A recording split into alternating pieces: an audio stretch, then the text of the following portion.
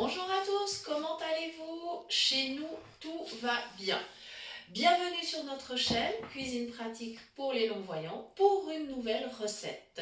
Aujourd'hui, une recette très légère, un potage au concombre. Il s'agit d'un potage chaud et non pas d'un gazpacho parce que nous sommes en hiver, évidemment. Voilà, alors c'est parti. Les ingrédients. Il nous faut bien sûr de l'eau, 1 litre environ. Il nous faudra 2 cuillères à café de bouillon de légumes sans gluten pour nous évidemment, un concombre et facultatif quelques petites lanières de jambon ou de jambon de dinde. Voilà, ça n'est pas obligatoire. Si vous êtes végétarien ou vegan, eh bien vous vous en passerez bien sûr, pas de problème. Donc l'eau est déjà dans la casserole, voilà. Je vais ajouter tout simplement 2 cuillères à café de bouillon de légumes sans gluten. Voilà. Il faut que j'attrape le bon bocal, il ne faut pas que je me trompe. Voilà. Voilà, je vérifie quand même avec le nez, hein, mais c'est bon, c'est ok. Voilà, donc je prélève 1 cuillère à café. Voilà, je me positionne au-dessus de la casserole, je vérifie que je touche le bord de la casserole et donc je tourne ma cuillère au milieu évidemment. Voilà. Une deuxième. Je procède de la même façon. Je n'ai encore pas allumé la plaque. Hein. Voilà. Pas de risque de brûlure comme ça. Voilà. Petit top. Ma petite cuillère va partir dans l'évier pour la vaisselle. Je range le bocal. J'aime bien ranger les choses un peu au fur et à mesure. C'est beaucoup plus pratique. Comme ça, on a beaucoup moins de choses qui traînent et beaucoup moins de risques de mettre des affaires par terre. Voilà, là je prends une grande cuillère à soupe. J'ai mis de l'eau tiède, hein. Comme ça mon bouillon, je sais qu'il va déjà se dissoudre. Voilà. Alors c'est un potage qu'on aime beaucoup. C'est vrai que le concombre, on a plutôt tendance à l'utiliser en salade ou en potage froid, style gazpacho, ou encore, on vous avait montré une recette l'été dernier, hein, une recette de concombre au yaourt. Voilà, mais le concombre peut également s'utiliser chaud. On peut le cuire, ça pose aucun problème. Voilà. Donc, il est là sous ma plonge. Je vais commencer par bien le laver. Voilà. Alors, vous décidez si vous souhaitez l'éplucher ou pas. Ça n'a pas d'importance pour cette recette. Comme je ne vais pas l'éplucher, je le lave bien. Voilà, je prends vraiment le temps de bien le laver. Voilà. Comme ceci, j'ai mon petit couteau qui est là. Je vais enlever les 2 bouts. Voilà. Comme ceci, je vais le laisser égoutter un petit peu. Je vais aller au-dessus de ma casserole. Alors, vous pouvez très bien utiliser une mandoline pour le râper. Ça ne sera pas un problème. Hein. Bon, moi, je le fais avec le couteau au-dessus de la casserole. L'important, c'est d'avoir des petites tranches fines. Vraiment fines. Voilà.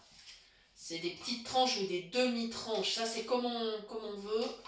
Voilà, tout simplement. Et c'est un potage qui est super léger et qui est super bon. Voilà, si par hasard vous avez bien réveillonné et que vous vous êtes un petit peu laissé aller avec le chocolat, je ne sais pas moi, le saumon, le champagne, tout ça, et bien là vous avez une super occasion de vous rattraper. Et quand je dis vous, ça veut dire nous aussi, hein.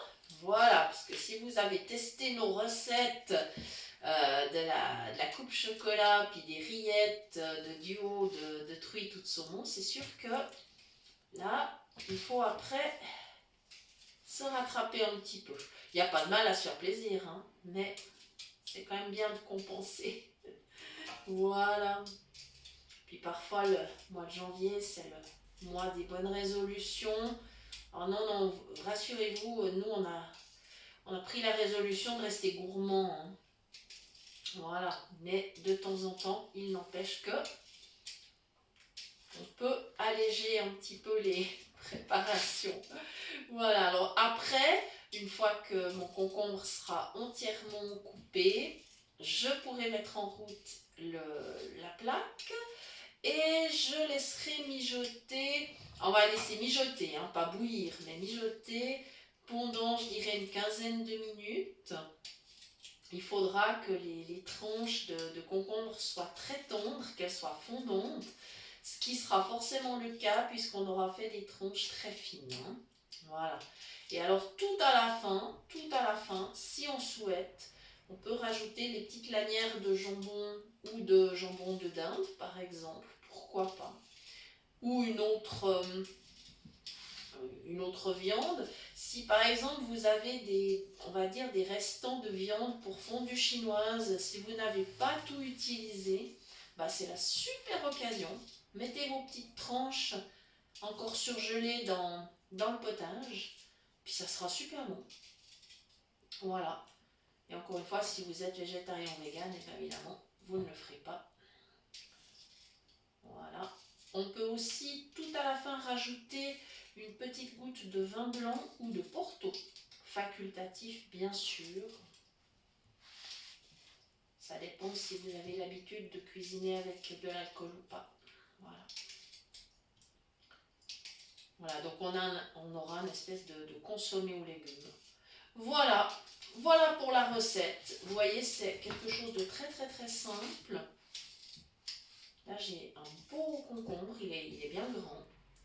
Voilà, donc j'espère vraiment que vous aurez du plaisir à déguster cette recette. C'est un potage donc qui se mange chaud, voilà, et qui est franchement très bon et qui se digère bien. Voilà. Vous aussi, si vous souhaitez rajouter une petite goutte de sauce de soja. Et puis bien sûr, une fois à table, quelques petits tours de moulin à poivre, si vous aimez le poivre.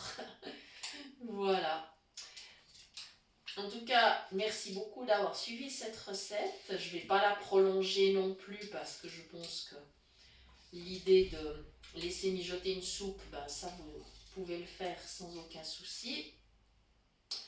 Et en tout cas, merci beaucoup de suivre notre chaîne. Je vous rappelle que vous pouvez toujours nous écrire à l'adresse suivante, cuisinepratique@mail.ch, et que nous vous répondrons avec grand plaisir, en principe dans les 2 à 3 jours, puisque c'est une boîte mail que nous ouvrons en moyenne 2 fois dans la semaine, hein, à peu près.